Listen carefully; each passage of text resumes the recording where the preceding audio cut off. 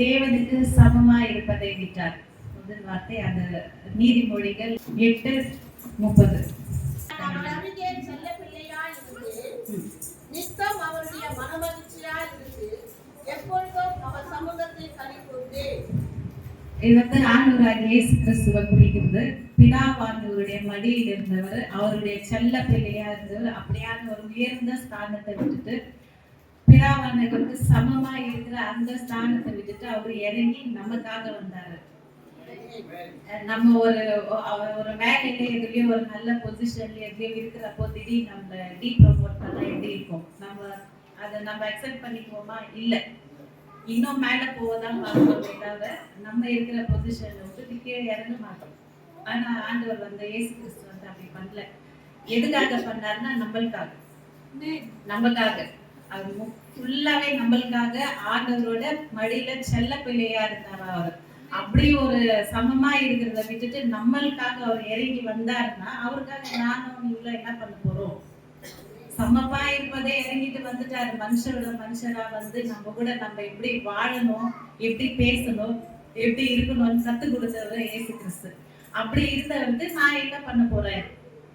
ஆண்டவர் அவரோட உயர்ந்த இடத்துல இருந்து அவர் இறங்கி நமக்காக வந்து பாடுபட்டு சிலுவையில அறையப்பட்டு உயிரை கொடுத்து மறுபடியும் உயிர் தேடாவிட்டால் நம்ம எல்லாம் இன்னைக்கு இல்ல இப்படி உட்காந்துட்டு இருக்க மாட்டோம். கிருபையே இல்லாம போயிருக்கோம். ஆனா ஆண்டவர் வந்து அதெல்லாம் அந்த சமமா இருப்பதை விட்டுட்டு இறங்கி வந்திருக்கு. என்ன பண்ண போறோம்? சரி, என்ன பண்ண போறோம்? நிறைய விஷயம் நம்ம விட வேண்டியது இருக்கும். ஆண்டவருக்காக எனக்காக அந்த சமமா இருக்கிறதையும் விட்டுட்டு வந்த இயேசு கிறிஸ்துவுக்காக நான் என்னத்தை விடணும்? அந்த லிஸ்ட் பெருசாவே போவோம். நம்ம எது விடணும்னு சொல்றதுக்கு. அதனால எல்லாத்தையும் பேசுறதுக்கு வரல. ஏன்னா பின்னாடி வரவங்க எல்லாம் எல்லாருக்கும் இருக்கும் இல்ல. அதனால ஒரே ஒரு பாயிண்ட் அப்படி சொல்ல நிறைய விடணும் ஆண்டவருக்கு. அதுல ஒரு விஷயம் வந்து வேதத்துல வந்து ஆண்டவருக்கு வந்து அருவருப்பான ஒரு விஷயம் இருக்குது. நான் விடணும். நீதிமொழிகள் 16:5.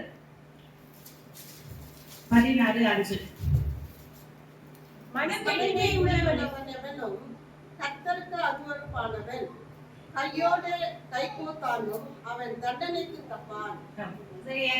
ஆண்டவரே, நீங்க எனக்காக இறங்கி வந்து பிதாவானவருக்கு சமமா இருக்கிற அந்த ஒரு ஸ்தானத்தை விட்டுட்டு இறங்கி வந்தீங்களே, மனமேட்டிமை இருக்கு எல்லாருக்கிட்டையும் நம்மகிட்ட இருக்குதா? இருக்கும் இல்ல. நல்ல அரசு ஏதோ ஒரு விஷயத்துல வந்து மனமேட்டிமைனா என்ன? பெருமை, ஒரு கர்வம், இதுதான். அப்படி எல்லாமே மனமேட்டை உள்ள பெருமை, கர்வம், நான் எல்லாமே வந்துரும். அப்படி மனமேட்டிமையானவன் வந்து ஆண்டவருக்கு கர்த்தருக்கு அருவருப்பானவன். அருவருப்பு நிறைய காரியங்கள்ல வந்து ஆண்டவர் நம்ம கேட்க மன்னிக்கிறாங்க. இந்த விஷயம் வந்து அருவருப்பானவன். 18ஆம் வசனம். அழிவுக்கு முன்னது அகந்தை, விழுதலுக்கு முன்னது மனமேட்டிமை. ஒருத்தர் விழுறாங்கன்னா அதுக்கு ஒரு காரணம் வந்து முன்னாடி என்ன இருக்குமா? மனமேட்டிமை. அப்படி ஒரு நிறைய கேரக்டர்ஸ் வந்து நம்ம வேதத்துல இருக்குது. அப்படி மனமேட்டிமையாய் விழுந்த போன நிறைய பேரை நம்ம பார்க்கிறோம். அதுல ஒருத்தர் வந்து 2 நாளாகமம் 26ஆம் அதிகாரத்துல உசியாட்டு ராஜா. ஃபுல்லாலாம் படிக்க போல டைம் இல்லை. அதனால 26ஆவது அதிகாரம் வெறும் 16ஆவது வசனம் மட்டும். 2 நாளாகமம் 26. அவன் பலப்பட்ட போது தனக்கு கேடு உண்டாகும் மட்டும் அவனுடைய மனம் மேட்டிமையாகி தன் தேவனாகிய கர்த்தருக்கு விரோதமாக மீறுதல் செய்து தூப பீடத்தின் மேல் தூபம் காட்ட கர்த்தருடைய ஆலயத்துக்குள் பிரவேசித்தான். போதும். உசியா ராஜா எல்லாரும் கேள்விப்பட்டிருப்போம். தெரியாதப்போ அவரோட ராஜா, சொல்லுறதுக்கு டைம் இல்ல. ராஜா ஆண்டவர் ஆசீர்வதிச்சவரு. அவர் செய்யற காரியங்கள் எல்லாம் மயக்க பண்ணுவார் ஆண்டவர். மேலும் மேலும் மேலும் பலப்பட்டார். அவர் என்னென்ன காரியங்களை பண்ணாரோ ஆண்டவர் எல்லாமே அவருக்கு வெற்றியா கொடுத்தாரு, பலப்பட்டார். அப்போ அவர் பலப்பட என்னாச்சு? மேட்டிமை தனக்குள்ள வந்து தனக்கு கேடு உண்டாகும்படி. மேட்டிமை எனக்குள்ள வந்தா நான் என்ன ஆகல? எனக்கு நானே கேடு உண்டாக்கிக்குவேன். மேட்டிமை வந்தா அதான் நடக்கும். மேட்டிமை எனக்குள்ள வந்துச்சுன்னா எனக்கு நானே கேடு உண்டாக்கிக்கிறேன். அப்படியா உசியா ராஜா கூட மேட்டிமைனால அது ஸ்டோரி எல்லாம் வேணா அவர் உள்ள போகக்கூடாத இடத்துல போவாரு. ஆசாரியர்கள் இருக்க வேண்டிய இடத்துல வந்து அவருக்கு எதனால அந்த மேட்டிமை வந்துச்சுன்னா ஆண்டவர் உயர்த்திட்டாரு, ஒரு நல்ல இதுல வச்சுட்டாரு. அப்போ அவருக்கு அந்த மேட்டிமை வந்துச்சா? என்ன நான் போனா என்ன ஆண்டவர் எல்லாம் பார்த்துக்குவாரு. எல்லாத்தான் எனக்கு எல்லாமே இருக்குது. மேட்டிமை வந்துச்சு, ஒன்னும் யாரும் என்ன ஒண்ணுமே பண்ண முடியாது. அந்த எண்ணம் தப்பு. கடைசியில அவர் உள்ள போய் மேட்டிமை நிமித்தமாய் ரொம்ப துணிகரமா உள்ள போய் ஆண்டவர் சொல்லாத காரியத்தை உள்ள போய் அவர் பண்ண நினைச்சதுனால குஷ்டரோகம் வந்து அப்பவே லேட்டானா இல்லை, எப்போ உள்ள பிரவேசிச்சாரோ அப்பவே அவருக்கு குஷ்டரோகம் வந்து தனித்து வசிச்சு கடைசியில கல்லறையில கூட அவர் பிதாக்கள் அன்னை பக்கத்துல கூட அவர் புதைக்கலையா, தூரமா புதைச்சாங்களாம். இவரு வாழ்க்கையை அப்படி புரிஞ்சிச்சு. நல்லா ஆண்டவர் உயர்த்தி வந்தவர் மனமேட்டை நிமித்தமாய் விழுந்து போனார். உசியா ராஜாவோட வாழ்க்கையில நம்மளும் கத்துக்கணும். மனமேட்டிமை வந்தா என்ன ஆகும் ஒரு மனுஷன் வாழ்க்கையில? அந்த மனமேட்டிமை எனக்கு வேணாம். ஆண்டவரே, நீங்க எங்களுக்காக நீங்க வந்தீங்க, எனக்காக எவ்வளவு பண்ணீங்க. உயர்ந்த இடத்துல இருந்து எனக்காக நீங்க தாழ்மையா இறங்கி வந்தார். ஆண்டவருக்கு அது வரல. 2 கொரிந்தியர் 10 சொல்லியிருக்கோம், படிக்க வேணாம், அதுல சொல்லியிருக்கோம் ஒருத்தர் பெருமை பாராட்டணும்னு நினைச்சா ஆண்டவரை குறித்தே பெருமை பாராட்ட வேற எதோ குறித்தும் பெருமை பாராட்டாது. மேட்டிமையான பேச்சை பேசாதிருங்கள். நிறைய இருக்கும் மேட்டிமை குறித்து. இந்த நாள்ல ஆண்டவரோட சிலுவை தியானத்தை நாங்க புரிகிறோம். ஆண்டவர் எனக்காக எவ்வளவு பண்ணிட்டீங்களா, ஆண்டவரே உங்களுக்காக நான் என்ன பண்ண போறேன்? அட்லீஸ்ட் இல்ல, விட வேண்டிய காரியம் இதெல்லாம். அதுல இந்த மனமேட்டிமை நான் விடுறதுக்கு ட்ரை பண்றேன். என்கிட்ட இல்லைன்னு யாருமே சொல்ல முடியாது. ஏதோ ஒரு விஷயத்துல ஏதோ ஒரு காரியத்துல நம்மளுக்கு அது வரும். ஆனா அது ஆண்டவருக்கு அருவருப்பான காரியம் அந்த மேட்டிமை. நான் ஆண்டவருக்காக எதை விட போறேன்? இந்த மனமேட்டிமை எனக்குள்ள வராம ஆண்டவரே, நான் என்ன பவுல் சொல்லியிருக்காரு, ஆண்டவரை அறிகிற அறிவுக்கு விரோதமாய் எழும்புகிற இந்த மனமேட்டிமையை நான் தகர்த்தெறியணும். அப்போ நம்மளோட எல்லா சிந்தனைகளும் ஆண்டவருக்கு கண்ட்ரோல்ல நம்ம கொடுத்துடணுமா. அப்போ அந்த மனமேட்டிமை எனக்கு வேணாம். மனமேட்டிமை வந்தா ஒரு ஆள் விழுந்து போவான். அந்த விழுந்து போறது நான் வேணாம். அந்த மனமேட்டிமை வேணாம். ஆண்டவரே, நீங்க எனக்காக அந்த சமமான இடத்தை யாருமே விட்டு கொடுக்க மாட்டாங்க. ஆண்டவராக இயேசு கிறிஸ்துவை தவிர இந்த ஒரு காரியத்தை யாருமே பண்ண மாட்டாங்க. ஆனா எனக்காக ஆண்டவரோட மடியில இருந்து செல்ல பிள்ளையா இருந்து உனக்கும் எனக்காகவும் இறங்கி வந்து நம்மளோட பாவத்தை சுமந்து தீர்த்தவருக்கு நான் என்ன பண்ண போறேன்? இந்த மனமேட்டிமை விட நான் ட்ரை பண்றேன். மனமேட்டிமை எனக்கு வேணாம். ஆண்டவருக்கு அருவருப்பான காரியமாகிய இந்த மனமேட்டிமை எனக்குள்ள வராம இருக்கட்டும், உங்களுக்குள்ள வராம இருக்கட்டும். ஆண்டவர் இந்த நாளில ஆண்டவரே நான் முயற்சி பண்றேன். இந்த மனமேட்டிமை எனக்கு வராதபடிக்கு நான் முயற்சி பண்றேன். இது நான் ஜெபிச்சுட்டோம் வந்து ஆண்டவரே, இந்த ஒரு காரியம் வந்து எனக்குள்ளவோ இருக்கும், தெரிஞ்சோ தெரியாமல கூட இருக்கும். இந்த காரியத்தை இன்னைக்கு உங்களுக்காக நான் ஒப்பு கொடுக்குறேன். எந்த விஷயம் எந்த டைம்லயும் எனக்கு வரக்கூடாதபடிக்கு நான் ஒப்பு கொடுக்குறேன் என்று இந்த ஆண்டவர் கொடுத்த இந்த நேரத்துல இந்த மனமேட்டிமை வராதபடிக்கு ஆண்டவர் காத்துக்கொள்வார். அல்லேலூயா. கர்த்தருடைய பரிசுத்த நாமத்துக்கு ஸ்தோத்திரம். ஆமென். இயேசு கிறிஸ்துவும் நானும் இந்த தலைப்பு கேட்ட உடனே ஏசப்பா இயேசு கிறிஸ்துவும் நானும் சொல்லி ஆண்டவரை நம்மளும் சரிசமமா இந்த தலைப்பை கொடுத்துருக்குறாங்க. நம்ம ஏதாவது ஒரு உதாரணத்துக்கு ஏதாவது ஒரு நம்ம ஃபங்க்ஷனுக்கோ இல்லை ஏதாவது ஒரு இடத்துக்கு நம்ம போகணும்னு சொன்னாக்கா சரிசமமாக நம்மளை உட்கார வைக்க மாட்டாங்க. சரிசமமாக நம்மளை அந்த ஈக்குவாலிட்டி கொடுக்க மாட்டாங்க. ஏன்னு சொன்னாக்கா அந்த இடத்துல போகிற பார்க்குறதால என்ன சொன்னாக்கா ஏற்ற தாழ்வு தான். எங்கெங்க உட்கார வைக்கணுமோ அங்கே தான் உட்கார வைப்பாங்க.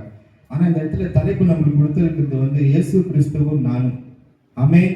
இந்த தலைப்பை கொடுத்ததுக்காக ஆண்டவராக இயேசு கிறிஸ்துவுக்கும் அண்ணாக்காக நான் நன்றி செலுத்துகிறேன். ஆமென். அல்லேலூயா. ஆண்டவராக இயேசு கிறிஸ்து தம்மை தாமே வெறுமை ஆக்கினார். 2வது வார்த்தை. ஆண்டவராக இயேசு கிறிஸ்து அவர் மகா உன்னதங்களிலே வாசம் செய்கிற ஆண்டவர். ஆமென். அவர் அழகுள்ள தேவன். ஆமென். அவரு அப்படிப்பட்டதான ஒரு பெரிய அழகுள்ள தேவன். ஆமென்.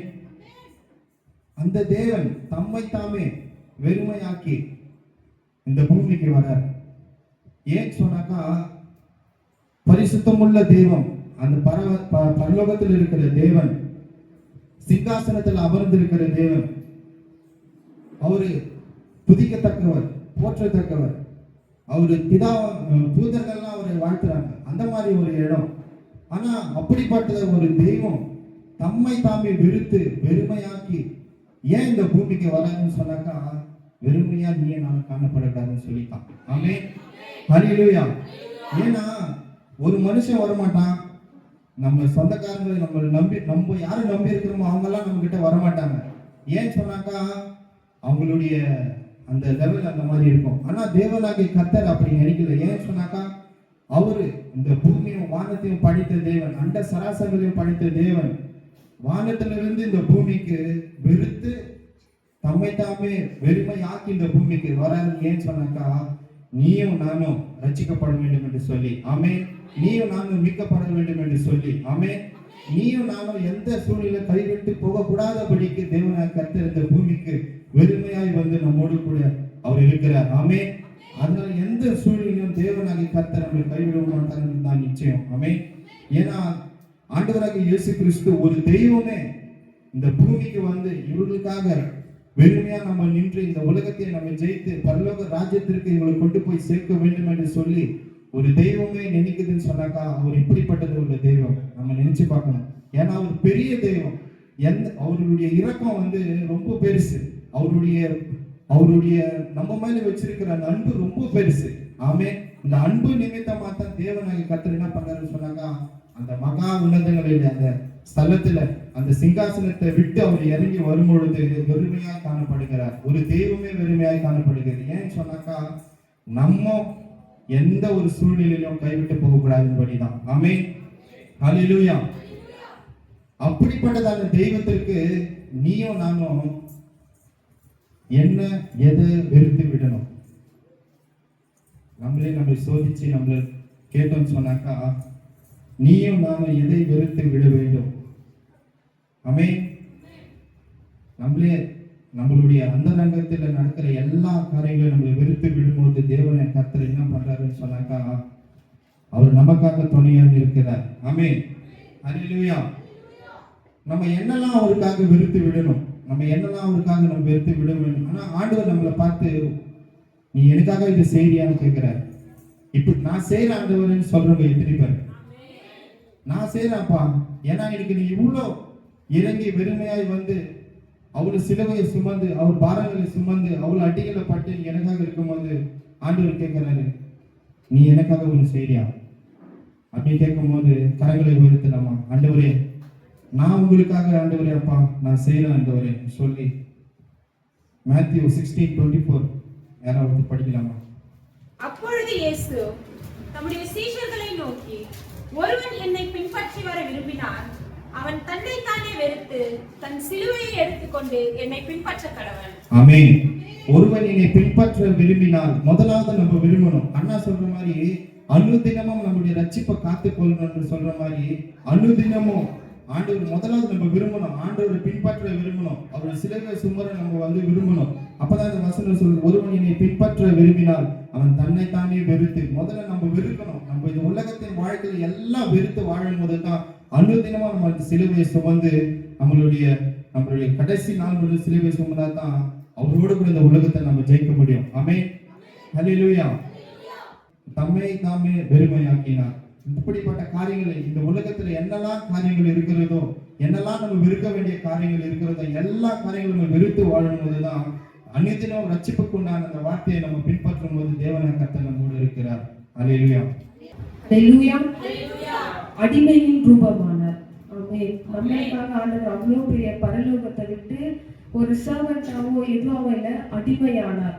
நம்ம இப்ப எல்லாருமே இருக்கிறது யாருமே அடிமை இல்லை. ஒரு வேலை செஞ்சாலும் நம்ம அங்க வேலை செய்வோம், அதுக்காக நம்மளுக்கு கூலி தருவாங்க. ஆனா இப்ப நம்ம ஆண்டவர் வந்து நமக்காக அடிமையின் ரூபமானார். ஹீப்ரூஸ் 2:15.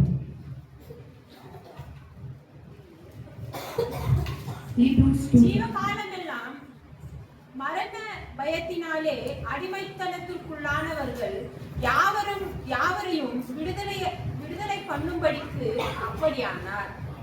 அடிமைத்தனத்தில் இருக்கிற நம்மள எல்லாரையும் அப்படியானா எப்படி ஆனார்னா அடிமையானார். ஆமென். சரி, அடிமைனா எப்படி இருப்பாங்கன்னா ஒருத்தர் கீழே இருப்பாங்க.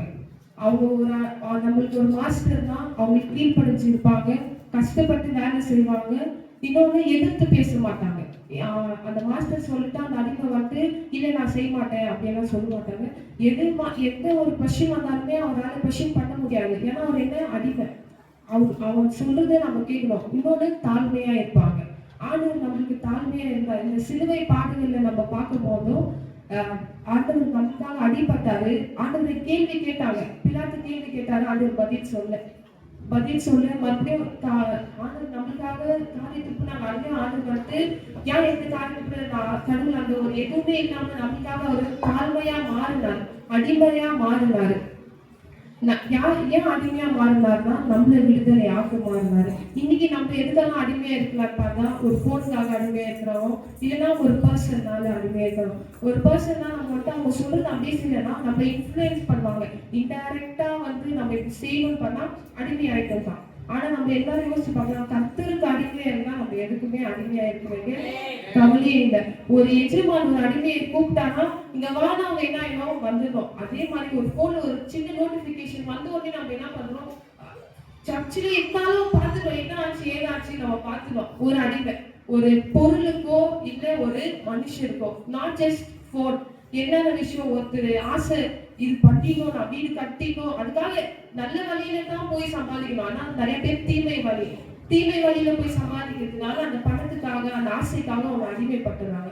ஸோ நம்ம எதுக்குமே அடிமைப்படாம நம்மளுக்காக அடிமையான இயேசுவுக்கு நம்ம அடிமையாகலாம்.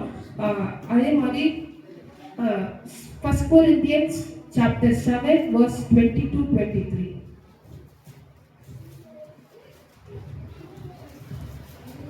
கர்த்தருக்குள் அழைக்கப்பட்ட அடிமையானவன் கர்த்தருடைய சுயாதீனாய் இருக்கிறான். அப்படியே அழைக்கப்பட்ட சுயாதீனன் கிறிஸ்துவனுடைய அடிமையாய் இருக்கிறான். நீங்கள் கிரியத்துக்கு கொல்லப்பட்டீர்கள், மனுஷனுக்கு அடிமைகள் ஆகாதீர்கள். ஆமென். கிறிஸ்துவுக்குள்ள வந்த நம்ம எல்லாருமே சுயாதீனர்கள். ஆமென். We all are free men, free women. கிறிஸ்துவுக்குள்ள வந்து நம்ம எல்லாருமே ஃப்ரீடம் இயேசுப்பா கொடுத்துட்டார். நீ பண்ணித்தான் ஆகணும்னு இல்லை, நம்மளுக்கு ஒரு விருப்பத்தை கொடுத்துக்கிறார். ஆனா நம்ம எல்லாரும் விருப்பப்படுறோமா?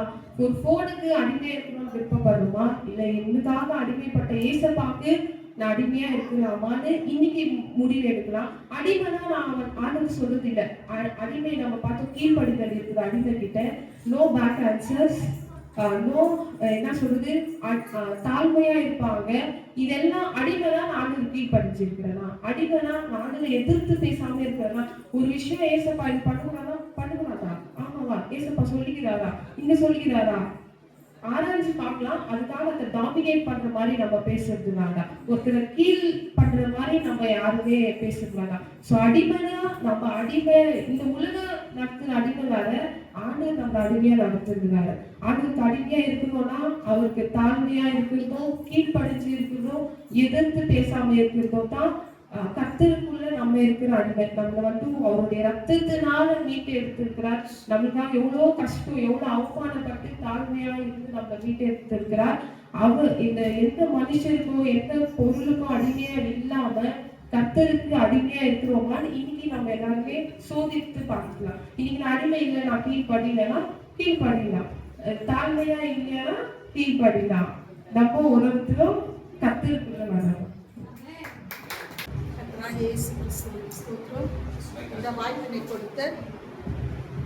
இந்த வாய்ப்பினை கொடுத்த பாஸ்டர் ஐயாவுக்கும் எங்கள் மனமார்ந்த நன்றியை தெரிவித்துக் கொள்கின்றோம். 4வது வார்த்தை பேச வேண்டியது மனுஷர் சாயலானார். ரோமர் 8ஆம் அதிகாரம் 3ஆம் வசனம். அது எப்படி எனில், மாம்சத்தினாலே பலவீனமாய் இருந்த நியாய பிரமாணம் செய்யக்கூடாததை தேவனே செய்யும்படிக்கு தம்முடைய குமாரனை பாவ மாம்சத்தின் சாயலாகவும் பாவத்தை போக்கும் பலியாகவும் அனுப்பி மாம்சத்திலே பாவத்தை ஆக்கினைக்குள்ளாக தீர்த்தார். உலகத்திலே பாவம் அதிகமாக தோன்றினது. இதை பார்த்த பிதாவானவர் நம்முடைய சொந்த குமாரனையே இந்த பூமிக்கு அனுப்பலாம் என்று சொல்லி பிதாவானவர் என்ன செய்தார், செல்ல பிள்ளையை இந்த பூமிக்கு அனுப்பினார். அவர் மனுஷ சாயலாக ஒரு கன்னி மரி வயிற்றிலே பிறந்து அவர் பாவத்தை, நம்முடைய பாவத்தை சுமக்க வேண்டிய அந்த தருணத்தை ஏற்றுக்கொண்டார். அவர் மனுஷ சாயலாக நம்முடைய பாவங்களையும் நமக்கு பலியாகவும் இந்த உலகத்துக்கு அவர் வந்தார். 15ஆம் அதிகாரம் 49ஆம் வசனம். மண்ணானவன் எப்படிப்பட்டவனோ மண்ணானவர்களும் அப்படிப்பட்டவர்களே, வானத்துக்குரியவர் எப்படிப்பட்டவரோ வானத்துக்குரியவர்களும் அப்படிப்பட்டவர்களே. மண்ணானவர் எப்படிப்பட்டவரோ மண்ணானவர்களும் அப்படிப்பட்டவர்களே. நீங்களும் நானும் அப்படி அவருடைய சாயலாக நாம் காணப்படுகின்றோமா? மண்ணாக இந்த உலகத்திற்கு அவர் வந்தார், சாயலை பெற்று வந்தார். அந்த சாயலிலே நம்மையும் தேவன் படைத்தார். அவருடைய சாயலாக, அழகாக, அவரை போலவே, அவருடைய சாயலாகவே நம்மை படைத்தார். ஏதாவது நமக்கு குறைவு வச்சாரா? கண்ணில் எதனா குறைவு இருக்குதா? நம்முடைய மூக்கு, நம்முடைய நாவு, நம்முடைய சரீரம், கை கால் எதனா நமக்கு குறைவு இருக்குதா? அவருடைய அழகு போலவே, அவரை போலவே அவருடைய சாயலாக நம்மை படைத்தார். ஆனா அவருடைய சாயலிலே அவர் தாழ்மை தரித்திருந்தார், பொறுமை இருந்தது, அன்பு இருந்தது. அந்த அந்த சாயலிலே நாம் எப்படிப்பட்டவர்களாக நாம் காணப்படுகின்றோம்? நம்ம கிட்ட பொறுமை இருக்குதா? அன்பு இருக்குதா? தாழ்மை இருக்குதா? அந்த அவருடைய சாயலாக வந்த நமக்கு கொஞ்சமாவது நம்ம அந்த சாயலிலே நாம் நடக்க வேண்டும். நம்ம மற்றவங்க பார்த்து நம்ம இப்பெல்லாம் அதுதான் கேலி பரிகாசம் பண்ணது, அதுதான் அது பைபிள் தூக்கிட்டு போயிடுது அப்படின்னு தான் சொல்றாங்க. ஃபர்ஸ்ட் எடுத்தோம்னா அந்த வார்த்தை தான் சொல்றாங்க. ஆனா நமக்கு நம்ம அந்த வார்த்தையை சொல்ற மாதிரி நம்ம நடந்துக்க கூடாது. நம்ம கிட்ட தாழ்வு இருக்கணும். மற்றவங்க நம்ம எதிர்த்து பேசினாலும், நம்ம ஏதாவது கூறினாலும் அந்த நேரத்துக்கு நம்ம கோபம் வருது. நானே சொல்றேன், எனக்கு கோபம் வருது. நம்ம இப்படி பேசிட்டாங்க, நம்ம ஏதாவது அவங்களை போய் பேசணும், சொன்னோம்னு சொல்லி உடனே ஆண்டவருடைய வார்த்தையெல்லாம் நமக்கு முன்பாக கடந்து வருது. ஆண்டவரே இப்படி சொல்லியிருக்கிற, இந்த வார்த்தை இப்படி சொல்லியிருக்குது, ஆண்டவரே நான் தாழ்வு பண்ணணும் அப்படி நம்ம தாழ்த்துக்கிறோம். உங்களுடைய சாயலா நான் இருக்கிறேன், ஆகையாலே என்னை நான் தாழ்த்திக்கணும் அப்படின்னு சொல்லிட்டு நம்ம ஆண்டவருக்கு முன்பாக நம்ம தாழ்மைப்படணும். அவர் சாயலை பெற்று இருக்கிறேன்னா நிச்சயமாக அவருக்குள்ளாய் வாழும் பொழுது நாம் அவருடைய சாயலின் பிள்ளைகளாக நாம் வாழ்வோம். நீயும் நானும் இயேசு கிறிஸ்துவின் சாயலை நாம் பெற்றிருக்கிறோமா? இதுதான் நமக்கு கேள்வி. இன்றைக்கு நமக்கு எவ்வளவோ அவர் நன்மை செய்திருக்கிறார். இன்னைக்கு நம்முடைய பாவங்களை எல்லாம் அவர் மன்னித்து இருக்கிறார். நம்ம இந்த சபையிலே வந்து இப்படியா நம்ம உட்காரத்துக்கு தேவன் நமக்கு அனுமதி கொடுத்திருக்கிறார். அவருடைய சாயலாக நாம் இருக்கிறபடியால் தான் இங்க வந்து நம்ம அமர்ந்து இருக்கிறோம். இல்லைன்னா நம்ம யாரா வருவோமா? இங்க வர முடியாது. நம்மளை பார்த்து ஒருவர் என்ன சொல்றோம், இவருக்குள்ளே, இந்த மகளுக்குள்ளே, இந்த மகனுக்குள்ளே தேவன் இருக்கிறார். இயேசு கிறிஸ்து இவர்களுக்குள்ளாய் ஜீவிக்கிறார், இவர்களுக்குள்ளாய் வாழ்கிறார் என்று சொல்லி நம்ம ஒரு சாட்சி பெற்றுக்கொள்ள வேண்டும். நான் 3வது 4வது 5வது படிக்க சொல்லவே சண்டே கிளாஸ்க்கெல்லாம் போவேன். இப்போ அதெல்லாம் நான் நினைக்கிறேன். அப்போ எல்லாத்துலயும் ஃபர்ஸ்ட் வந்தேன். வசனம் சொல்றதுல, பைபிள் படிக்கிறதுல, எல்லாத்துலயும் அப்பவே ஜெபம் பண்றது கூட அப்ப நான் சின்ன வயசுல இருந்தேன். அப்பெல்லாம் நான் நினைக்கிறேன், ஆண்டவரே உம்முடைய சாயலாக நான் என்னை நீ அறிந்து கொண்டபடியினால் தான் இன்றைக்கு உன்னுடைய மகளாக நான் வாழ்ந்து கொண்டிருக்கிறேன். இப்ப மற்றவங்க என்ன பார்த்து ஏசப்பா இவங்களுக்குள்ள இருக்கிறாங்க, இந்த மகளுக்குள்ள இருக்கிறாங்க அப்படின்னு சொல்லிட்டு என்ன சொல்றாங்க. ஏசப்பா இன்னும் நான் உங்களுக்கு சாயலாக இன்னும் நான் எதெல்லாம் விட்டு கொடுக்கணுமோ நான் இன்னும் அதையெல்லாம் நான் விட்டு கொடுக்கணும். உண்மை போல நான் தாழ்மை உள்ளவர்களா நான் மாறணும். உண்மை போல உம்மிடத்தில் இருக்கிற அந்த பொறுமை எனக்கு வரணும். உம்மிடத்தில் இருக்கிற அந்த அன்பு எனக்குள்ளாய் வரணும். ஆண்டவரே அந்த அன்பு, பொறுமை, தாழ்மை எல்லாம் நம்ம அவருடைய சாயலாக நாம் பெற்றிருக்கிற நாம் அவருக்குள்ளாக நாம் வாழ்வோம். 1 தீமோத்தேயு 3ஆம் அதிகாரம் 16ஆம் வசனம். அன்றியும் தேவ பக்திக்குரிய ரகசியமானது யாவரும் ஒப்புக்கொள்கிறபடியே மகா மேன்மை உள்ளது. தேவன் மாம்சத்திலே வெளிப்பட்டார், ஆவியிலே நீதி உள்ளவர் என்று விளங்கப்பட்டார், தேவ தூதர்களால் காணப்பட்டார், புறஜாதிகளிடத்தில் பிரசங்கிக்கப்பட்டார், உலகத்திலே விசுவாசிக்கப்பட்டார், மகிமையிலே ஏறெடுத்துக் கொள்ளப்பட்டார். இதை போல நாம் வாழ்கின்றோமா? புறஜாதி மற்றவர்களிடத்திலே போய் அவரை பற்றி நாம் சொல்கின்றோமா? அவருடைய வேதத்தை இயேசு கிறிஸ்து உனக்காக உயிரை கொடுத்தார், ஜீவனை கொடுத்தார் என்று அவரை பற்றி ஒரு வார்த்தையாவது நாம் சொல்கின்றோமா? நம்ம இதுக்கு மேலிட்டு நம்மளுடைய சாயலிலே நாம் தரித்திருக்கிற நாம் அவருடைய பிள்ளைகள் என்று பெயரெடுக்க கர்த்தர் நமக்கு உதவி செய்வார். நம்மை நாமே தாழ்மைப்படுத்திக் கொண்டு அவரை போலவே அவருடைய சாயலிலே கொஞ்சமாவது நாம் வாழ்வதற்கு கர்த்தர் நமக்கு உதவி செய்து நம்மை வழிநடத்தி காப்பாராக. ஐந்தாவதாக மனுஷ ரூபமாய் காணப்பட்டார். பிலிப்பியர் 2ஆம் அதிகாரம் 5-8 வரை. கிறிஸ்து இயேசுவில் இருந்த சிந்தையே உங்களிலும் இருக்க கடவுது. அவர் தேவனுடைய ரூபமாய் இருந்தும் தேவனுக்கு சமமாய் இருப்பதை கொள்ளையாடின பொருளாக எண்ணாமல் தம்மை தாமே வெறுமையாக்கி அடிமையின் ரூபம் எடுத்து மனுஷ சாயலானார். நம்ம உலக பிரகாரமா நம்ம பார்க்கும்பொழுது பாலிடிக்ஸ் எல்லாம் இருக்கும்போது ஒரு அப்பா வந்து ஒரு பெரிய ஸ்தானத்துல இருந்தாக்கா தன்னுடைய மகனுக்கு தான் அந்த பேர். எங்க அப்பா வந்து பெரிய இதுல இருக்கிறாரு, எங்க அப்பா இப்படி, எங்க அப்பா இப்படின்னு சொல்லிட்டு. ஆனா இங்க வந்து வசனம் பார்த்தாக்கா அவர் தேவனுடைய ரூபமா இருந்தும் தேவனுக்கு சமமாய் இருப்பதை கொள்ளையாடின பொருளாக எண்ணாமல் ஒரு ராஜாவுடைய மகன் என்று சொல்லி அவர் இந்த உலகத்துக்கு இருக்காத ஒரு மனுஷ ரூபமாய், நம்மளும் எப்படி ஒரு மனுஷன் சாதாரணமா இருக்க முடியுமோ அது போல மனுஷ ரூபமாய் இருந்து நம் உலகத்திற்கு வந்த தேவன் இயேசு கிறிஸ்து ரூபமாய் காணப்படுவோம் என்றால் இயேசு கிறிஸ்துவில் இருந்த சிந்தை நமக்குள் இருக்க வேண்டும். நீயும் நானும் கிறிஸ்துவின் ரூபமாய் காணப்படுகிறோமா? அவர் மனுஷ ரூபமாய் காணப்பட்டு மரண பரியந்தம், அதாவது சிலுவையின் மரண பரியந்தம் கீழ்ப்படிந்தவராகி தம்மை தாமே தாழ்த்தினார். 8ஆம் வசனத்துல அவர் மனுஷ ரூபமாய் ஆனாரு. சிலுவை மரண பரியந்தம் அதை வந்து பாதுகாத்தார். சின்சியரா அவருடைய ஒர்க் வந்து கரெக்டா அனுப்பின நோக்கத்தை வந்து அவர் கரெக்டா செஞ்சார். சோ மனுஷ ரூபமாய் இருந்து தம்மை தாமே கொடுத்த இயேசு கிறிஸ்து அவரை தாழ்த்தினார்னு பாத்தீங்கன்னா தம்மை தாமே வெறுமையாக்கினார். பிலிப்பியர் 2:6-7 தம்மை தாமே தாழ்த்தினார். பிலிப்பியர் 2:8, எபிரேயர் 5:5 இருக்கிறது. தம்மை தாமே பலியாக்கினார். எபிரேயர் 9:26 தம்மை தாமே ஒப்பு கொடுத்தார். தீத்து 2:14 எப்போ நீயும் நானும் கிறிஸ்துவின் ரூபமாய் காணப்படுவோம். எல்லாரும் தம்மை தாமே எல்லாம் அவரே தன்னை வெறுத்து அவரே ஒப்பு கொடுத்தாரு, அவரே தாழ்மையானாரு, பலியாக்கி கொண்டாரு. நம்ம எப்போ அவருக்காக வாழணும், தம்மை தாமே நம்ம எப்போ நம்ம இயேசு போல மறுரூபமாக்குவோம், மனுஷ ரூபத்துல இருந்து நம்ம இயேசு போல எப்போ மாறுவோம். இயேசு கிறிஸ்துவில் இருந்த சுபாவங்கள் எல்லாம் நம்மிடத்தில் இருந்தால் நமது நடத்தையும் மாறுபடும் போது நீயும் நானும் கிறிஸ்துவின் ரூபமாய் காணப்படுவோம்.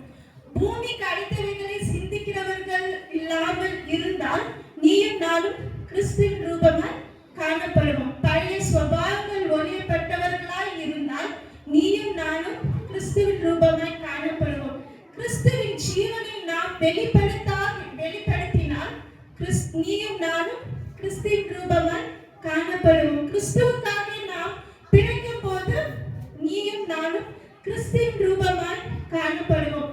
தனக்காகவே, அதாவது தன் சுயத்திற்காக மாத்திரம் நாம் வாழாமல் இருந்தால் நீயும் நானும் கிறிஸ்துவின் ரூபமாய் காணப்படுவோம். இது எல்லாம் இன்னும் நம்ம சொல்லிட்டே போலாம்.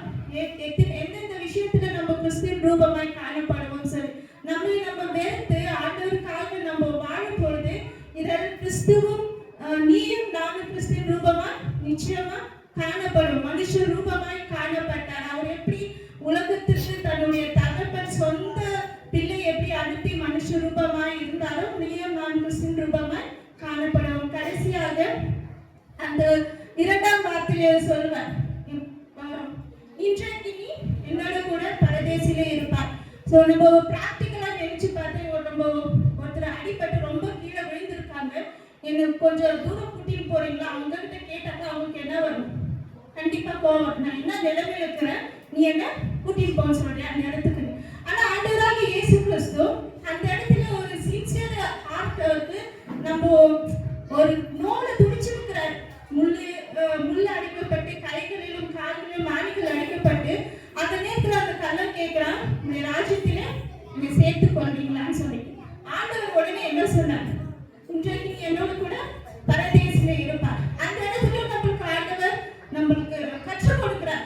எந்த நேரத்திலும் ஆண்டவர் போல நம்ம சொல்லிட்டு சோ கடைசி நேரத்திலும் அந்த கலருக்கு என்ன கிடைச்சிச்சு? ரட்சிப்பு கிடைச்சிச்சு. நம்மளுக்கும் கடைசி நேரத்துல மனம் மாறும் பொழுதும் இன்றைக்கு நம்ம மனம் மாறும். இயேசு கிறிஸ்துவும் நானும், நீயும் நானும் கிறிஸ்துவின் ரூபமா காணப்படுவோம். எல்லா நிறைய சுபாவங்கள் நம்முடைய இருக்கிற எல்லா கெட்ட சுபாவங்கள் ஒழித்து இயேசுவை போல நாம மாறுவோம். இயேசு கிறிஸ்துவும் நானும் சிலுவையில் மரண பரியந்தம் கீழ்ப்படிந்தவரானார். ஹல்லேலூயா. இயேசு கிறிஸ்து மரண பரியந்தம் கீழ்ப்படிந்தவரானார். 1 பேதுரு 3ஆம் அதிகாரம் 22ஆம் வசனம். பரலோகத்திற்கு போய் தேவனுடைய வலது பாசத்தில் இருக்கிறார். தேவ தூதர்களும் அதிகாரங்களும் வல்லமைகளும் அவருக்கு கீழ்ப்பட்டிருக்கிறது. ஹல்லேலூயா. எல்லா அதிகாரங்களும் அவருக்கு கீழ்ப்படிந்திருந்தது. ஆனா ஆண்டவர் எங்க இருந்தாரு? பரலோகத்துல வலது பாரிசத்துல ஆண்டவர் பக்கத்துல இருந்தாரு. இங்கிருந்து ஏறி போனாரு. ஆனா எல்லா அதிகாரங்களும் அவருக்கு கீழ்ப்படிந்திருந்தது வேதம் சொல்லுது. பிதாவானவருக்கு குமாரனானவர் கீழ்ப்படிந்தார். சகல அதிகாரங்களும் குமாரனுக்கு கீழ்ப்படிந்ததா இருக்கிறது. எபிரேயர் 11ஆம் அதிகாரம் 8ஆம் வசனம். ஆபிரகாம் கீழ்ப்படுகிறார். வேதம் வாசிக்கிறதுக்கு லேட் ஆகுதுன்னு அப்படியே சொல்லிட்டு போயிடுறேன். ஆபிரகாம் ஆண்டவர் சொன்ன இடத்திற்கு போறாரு. எல்லாவற்றையும் தனக்கு சுதந்திரமாகவும் சொந்தமாகவும் மாற்றிக்கொள்றார். ஆசீர்வாதமாக மாற்றிக்கொள்கிறார். நம்மளுடைய வாழ்க்கையில் ஆண்டவர் ஒரு வழியை காட்டுவாரு. நம்ம அந்த வழியை விட்டு நாம வேற ஒரு வழிக்கு போயிடுவோம். அந்த வழியிலிருந்து திரும்பி ஆண்டவரிடத்துல வரும்போது அப்போதுதான் சரியான வழிக்கு நம்ம போவோம். ஆனா ஆபிரகாம் ஆண்டவர் சொன்னபடி செய்யறாரு. சரியான வழியில போறாரு. அநேக ஆசீர்வாதங்களை பெற்றுக் கொள்கிறார். எப்படி ஆசீர்வாதம்னா, செத்து போன கர்ப்பத்தில் ஆண்டவர் ஒரு குழந்தையை கொடுக்கிறார். கடல்ல இருக்கிற மணலை போலவும் வானத்தில் இருக்கிற நட்சத்திரத்தை போலவும் ஆசீர்வாதத்தை பெற்றுக் கொள்கிறார். ரோமர் 5ஆம் அதிகாரம் 18-19. ஒரே மீறுதல்களினால மனுஷர் எல்லோரும் ஆக்கினைக்குள்ளாக தள்ளப்பட்டது போல ஒரே ஒரு கீழ்ப்படிதலினாலே அநேகர் நீதிமான்களாக்கப்பட்டாருன்னு அந்த 2 வசனமும் சொல்லும். ஆதாம் ஏவாள் அன்று ஏதேன் தோட்டத்தில் செய்த ஒரே கீழ்ப்படியாமையின் நிமித்தம் உலகமே ஆக்கினைக்குள்ளாக ஆக்கப்பட்டுச்சு. ஆனா ஆண்டவராகிய இயேசு கிறிஸ்துவின் ஒரே ஒருவருடைய கீழ்ப்படிதலினால உலகமே ரட்சிக்கப்படுது. பாவத்திலிருந்து விடுதலை ஆக்கப்படுகிறார்கள். அநேகர் நீதிமான்கள் ஆக்கப்பட்டோம். எபேசியர்ல சொல்லப்படும், மனைவிகளே உங்கள் சொந்த புருஷர்களுக்கு கீழ்ப்படியுங்கள். அப்படியே எப்படி சொல்லியிருக்கிறாருன்னா, ஆகையால் சபையானது கிறிஸ்துவுக்குள் கீழ்ப்படுகிறது போல. கீழ்ப்படுகிறோமா சபையே? ஆண்டவருக்கே கீழ்ப்படுகிறீர்களே. என் ஓய்வு நாளை பரிசுத்தமாய் ஆசரிக்க கடவீர்கள் என்று சொல்றாரு. ஆசரிக்கிறோமா? உலக காரியத்துக்கு கொடுக்கிற முக்கியத்துவம் நம்ம ஆண்டவருக்கு கொடுக்கிறது இல்லை. கீழ்ப்படுகிறது இல்லை. கீழ்ப்படுகிறோமா? போதகருக்கு கீழ்ப்படுகிறோமா? மனைவி கீழ்ப்படிந்திருக்கிறோமா? பிள்ளைகள் கீழ்ப்படுகிறோம். எபேசியர் 6:1 சொன்னோம். பிள்ளைகள் தகப்பன் தாய்க்கு தன் பிள்ளைகள் கீழ்ப்படிதான் நடக்கணும். ஏன்னா வேதம் அப்படித்தான் சொல்லுது. பரிசுத்த ஆவியானவரே குமாரனே பிதாவுக்கு கீழ்ப்படிந்திருந்தார். நாமளும் அப்படிதான் கீழ்ப்பட்டு இருக்கணும். இந்த உலகத்துல நம்ம பாட்டு நம்ம வாழ்ந்து போறது இல்லை. நம்ம கீழ்ப்படியும். எப்படி கீழ்ப்படினா, பிதாவானவர் குமாரமானவர் கீழ்ப்படிந்திருந்தால் நாமும் கீழ்ப்படிவோம். ஒருவருக்கு மரியாதை கொடுத்தானா மரியாதை கிடைக்கும். ஒருத்தரை நம்ம பரியாசம் பண்ணா நம்மளுக்கும் பரியாசம் பண்ணப்படும். அதே போலதான் நம்ம கீழ்ப்பட்டிருந்தால் நமக்கும் பிறர் கீழ்ப்பட்டிருப்பாங்க. பிள்ளைகளும் நம்மளுக்கு கீழ்ப்பட்டிருப்பாங்க. அது நீங்களும் நானும் இன்றைக்கு நம்ம யோசிச்சு பார்க்கணும். நீங்களும் நானும் இயேசுவுக்கு கீழ்ப்படிந்து காணப்படுகிறோமா? எப்படி கீழ்ப்படிந்தாருன்னா, ஆண்டவரை தாடி உமிழ்வாங்கன்னு ஆண்டவருக்கு தெரியும். சாட்டையால அடிப்பாங்கன்னு ஆண்டவருக்கு தெரியும். ஆனாலும் பிதாவினுடைய வார்த்தைக்கு குமாரனானவர் கீழ்ப்பட்டது போல நாமும் இப்ப இருக்கிற வரைக்கும் போட்டோம். பலத்தின் மிகுதியாக 80 வயசு வாழணுமோ அதுக்கு மேல வாழுமோ அது ஆண்டுடைய கருத்தில் இருக்கிறது.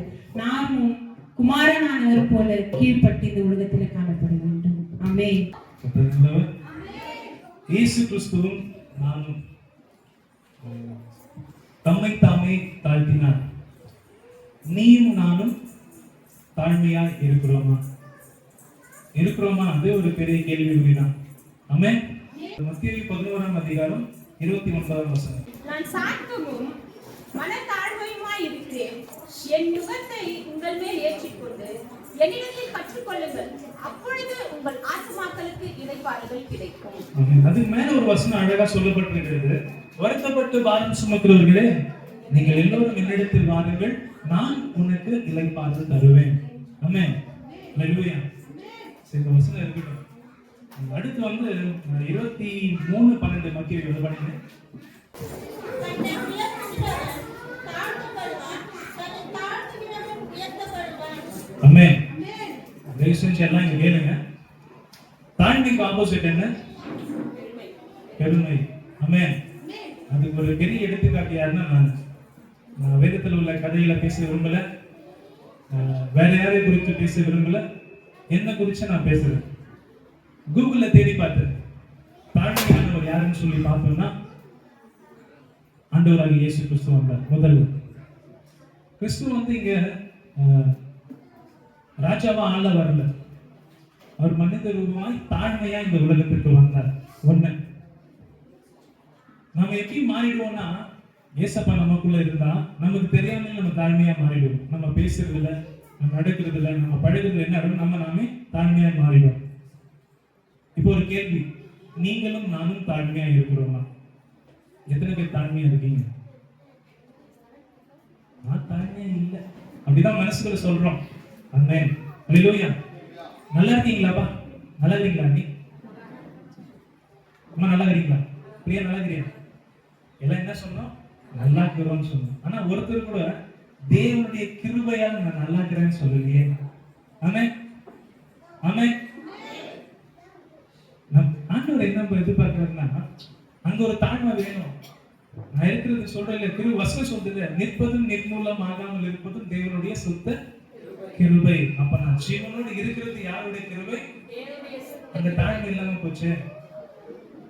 தாழ்மை நமக்குள்ள இருக்கணும். ஆமென். இன்னும் நேரம் இருக்கு, இன்னும் 3 நிமிஷம் இருக்கு, முடிச்சிருவேன் சீக்கிரமா. அதுக்குள்ள என் கதையை சொல்லிடுறேன். சரி, இந்த தாழ்மை எனக்குள்ள எங்க இல்லாம போச்சுன்னா, எல்லாருக்கும் தெரியும், சபையில வந்து நான் தான் வர்ஷிப் பண்ணுவேன். திடீர்னு அது மாற்றப்பட்டது. சரி, அப்ப என்ன ஆச்சுன்னா, எனக்குள்ள வந்து ஒரு பெருமை வந்துச்சு. நான் வர்ஷிப் பண்ணிருந்து மாத்திட்டாங்க. அதுக்கு நான் என்ன பண்ணேன்னா, பின்மாற்றத்துக்குள்ள போக ஆரம்பிச்சேன். என்னோட இடம் வந்து, நான் வந்து பின்னாடி உட்காருவேன், லேட்டா வருவேன், சீக்கிரமா போயிடுவேன். அங்க எனக்குள்ள என்ன வந்துச்சுன்னா, பெருமை வந்துச்சு. நான் தான் வர்ஷிப் பண்ணேங்க, நான் தானே, நான் இருக்கும்போது ஏன் இவங்கெல்லாம் அந்த இது அண்ணா வந்து வர்ஷிப் பண்ண வச்சாருன்ட்டு ஒரு பெருமை வந்துச்சு. பெருமை உள்ள என்ன பண்ற, ஆண்டவர் எதிர்த்து நிற்கிறார். அது தெரியும், தெரிஞ்சு ஆனா என்ன பண்ண, பின்மாற்றத்துல போயிட்டேன். ஆனா அப்புறமா வந்து அண்ணா பேசும்போது தெளிவா வந்து ஒரு வார்த்தை எனக்கு புரிஞ்சிச்சு. ஊழியம் வந்து என்னது இல்லப்பா, ஊழியம் தேவனுடையது. ஆமென். அப்ப என்ன பண்ணுன்னா, நான் மட்டும் வர்ஷிப் பண்ணும்போது நீங்கெல்லாம் வந்து என்ன பண்ணாங்க, வருவாங்க, வர்ஷிப் பண்ணுவாங்க, வசனத்தை கேட்பாங்க, போயிடுவாங்க. ஆனா ஊழியத்துல இவங்க எல்லாம் என்ன பண்ணாங்கன்னா, பங்கு பெறாம இருக்காங்க. பங்கு பெற்றாங்க, ஆனா ஊழியத்துல. ஆமென். அல்லேலூயா. யார் ஆராதிச்சாலும் யாருடைய நாமம் மகிமைப்படணும். ஆமென். என்னுடைய நோக்கம் என்னவா இருந்துச்சு, நான் தேவனை மகிமைப்படுத்தணும். அது யாரை செஞ்சா என்ன, எல்லாம் ஆண்டவரை மகிமைப்படுத்துறாங்க. ஆமென். அப்போ வந்து எனக்குள்ள ஒரு தோன்றது என்னன்னா, யார் உனக்கு சாப்பாடு ஊட்டினாலும் உன் வயிற்றுல தான் போகுது, நீ சாப்பிட்டாலும் உன் வயிற்றுல தான் போகுது. ஆமென். அதே மாதிரி தான் நான் ஆராதிச்சாலும் மற்றவங்க ஆண்டவர் ஆராதிச்சாலும் தேவனுடைய நாம மாத்திரம் மகிமைப்படுது. ஆமென். அல்லேலூயா. அப்படியா எனக்குள்ள அந்த தாழ்மை வந்துச்சு. அந்த தாழ்மை இப்ப எப்படின்னாக்கா, சபையில வந்து ஒருத்தரை மட்டும் பர்டிகுலரா ஜெபிக்க சொல்றது இல்லை. யார் அதிகமா காணிக்கை கொடுக்குறாங்களோ, யார் அதிகமா சபைக்கு செய்யறாங்களோ, இல்ல யார் அதிகமா பாஸ்டுக்கு ஐஸ் வைக்கிறாங்களோ, அவங்கள மட்டும் வந்து சபையில முன்னுரிமை கொடுக்குறது. நம்ம சபையில எல்லாருக்கும் பொதுவான ஈக்குவாலிட்டி நம்ம சபையில மட்டும் தான் கொடுக்குறது நான் பார்த்துருக்கேன். ஆமென். நம்ம என்ன நினைச்சுக்க கூடாதுன்னு நான் சொல்றேன். ஏன் எப்பவுமே கோதாண்டியை மட்டும் ஜெபிக்க சொல்றாங்க? ஏன் எப்பவுமே வசனாண்டியை மட்டும் ஜெபிக்க சொல்றாங்க? ஏன் எப்பவுமே சோட்டை மட்டும் வர்ஷிப் பண்ண சொல்றாங்க? அப்படி இல்லாதபடிக்கு, தாழ்மை நமக்குள்ளா இருக்கும்படிக்கு, ஆமா நம்முடைய ஊழியம் அவங்களும் வளரணும். இல்ல நாம மட்டும் வளர்ந்தா போது, அவங்களும் வளரணும். அந்த தாழ்மை நமக்குள்ளா இருக்க வேண்டும் என்று சொல்லி நான் விரும்புகிறேன். தாழ்மை உள்ளவர்களா இருக்கணும்னு கேட்டுக்கொள்கிறேன். நன்றி. கர்த்தர் தாமே நல்லா கவனிங்க. கிறிஸ்தவனுக்கு கிறிஸ்துவோடு உள்ள, நல்லா கவனிங்க, கிறிஸ்தவனுக்கு யாரெல்லாம் கிறிஸ்தவர்கள்? கிறிஸ்தவ கிறிஸ்தவர்களுக்கு கிறிஸ்துவோடு உள்ள சம்பந்தம். ஆமென். என்ன சம்பந்தம் அப்படின்னு சொன்னா, கிறிஸ்துவுடனே கூட சிலுவையிலே நான் அறையப்பட்டதால் அவருக்கும் எனக்கும் சம்பந்தம். அல்லேலூயா. கரங்களை தட்டி ஆண்டவருக்கு நாம நன்றி செலுத்தலாமா? தேவனோடு நமக்கு இருக்கிற சம்பந்தம் என்னன்னு சொன்னா, அவரை நான் விசுவாசிச்சுட்டேன்னு சொன்னா. அல்லேலூயா. பாவினி பேசின 7 வார்த்தைக்கும் பாவத்துக்கும் சம்பந்தமே இருக்கக்கூடாது. அல்லேலூயா. அல்லேலூயா. ஏன்னு சொன்னா, நான் ஒருத்தர் கூட சம்பந்தம் பண்ணிட்டேன், அதனால என் வாழ்க்கையில தீய காரியங்கள், எனக்கும் தீய காரியத்துக்கும் சம்பந்தமே இருக்கக்கூடாது. அல்லேலூயா. எவ்வளவு கட்டுப்பாடு இந்த உலகத்துல இருக்குதுன்னு சொன்னா, அவ்வளவு கட்டுப்பாடும் இயேசு கிறிஸ்துவுக்குள்ள இருந்து வந்தது. அல்லேலூயா. நீங்க உலகத்துல போட்ட மோதிரத்தையே வச்சு அவ்வளவு கட்டுப்பாடா இருக்கும் பொழுது, இயேசு கிறிஸ்து தன்னுடைய மரணத்தின் நிமித்தமாய் கொடுத்த முத்திரையாகிய மோதிரத்தை நீங்க எப்படி அணிஞ்சிருக்கணும்? அல்லேலூயா. கரங்களை தட்டி ஆண்டவருக்கு நம்ம நன்றி செலுத்தலாமா? அல்லேலூயா. முத்திரையாகிய மோதிரத்தை உன்னுடைய சரீரத்திலே தேவனாகிய கொடுத்து சம்பந்தப்படுத்தியிருக்கிறார் தன் சொந்த ரத்தத்தின் நிமித்தமாய். ஆமென். அந்த ரத்தத்தை விசுவாசிக்கிற நாம இன்னொரு அசுத்தத்திற்கோ பெருமைக்கோ வேற விதமான சாயலுக்கோ நமக்கு இடமில்லாதபடிக்கு தேவன் கொடுத்த அந்த முத்திரை என்கின்ற மோதிரத்தை சரியா நான் அணிஞ்சு அதை டெய்லி நான் பார்க்கும் பொழுது நான் அவரோடு கூட கனெக்ட் ஆயிட்டு இருக்கிறேன்னு சொல்லி நினைக்கிறேன். அல்லேலூயா. ரொம்ப அழகா மரணத்தின் மூலமா உண்மையை என்னை கனெக்ட் பண்ணிக்கிறார். ஆமென். அல்லேலூயா. உண்மையை எப்படி கனெக்ட் பண்ணிக்கிறாரு? மரணத்தின் மூலமா கனெக்ட் பண்ணுகிறார். கிறிஸ்துவாகிய இயேசு அந்த சிலுவையிலே மரணித்தார். இயேசு கிறிஸ்து கர்த்தருக்கு கீழ்ப்படிந்து, அதே போல இயேசு கிறிஸ்துவுக்கு கீழ்ப்படிந்து நாம இருக்கும் பொழுது அந்த சம்பந்தத்திலே எப்பொழுதும் நிலைத்திருப்போம், ஆசீர்வாதத்தை பெற்றுக் கொள்வோம். கர்த்தர் உங்களை ஆசீர்வதித்து வழி நடத்துவாராக. கரங்களை தட்டி ஆண்டவருக்கு நம்ம நன்றி செலுத்தலாமா? ஆமென்.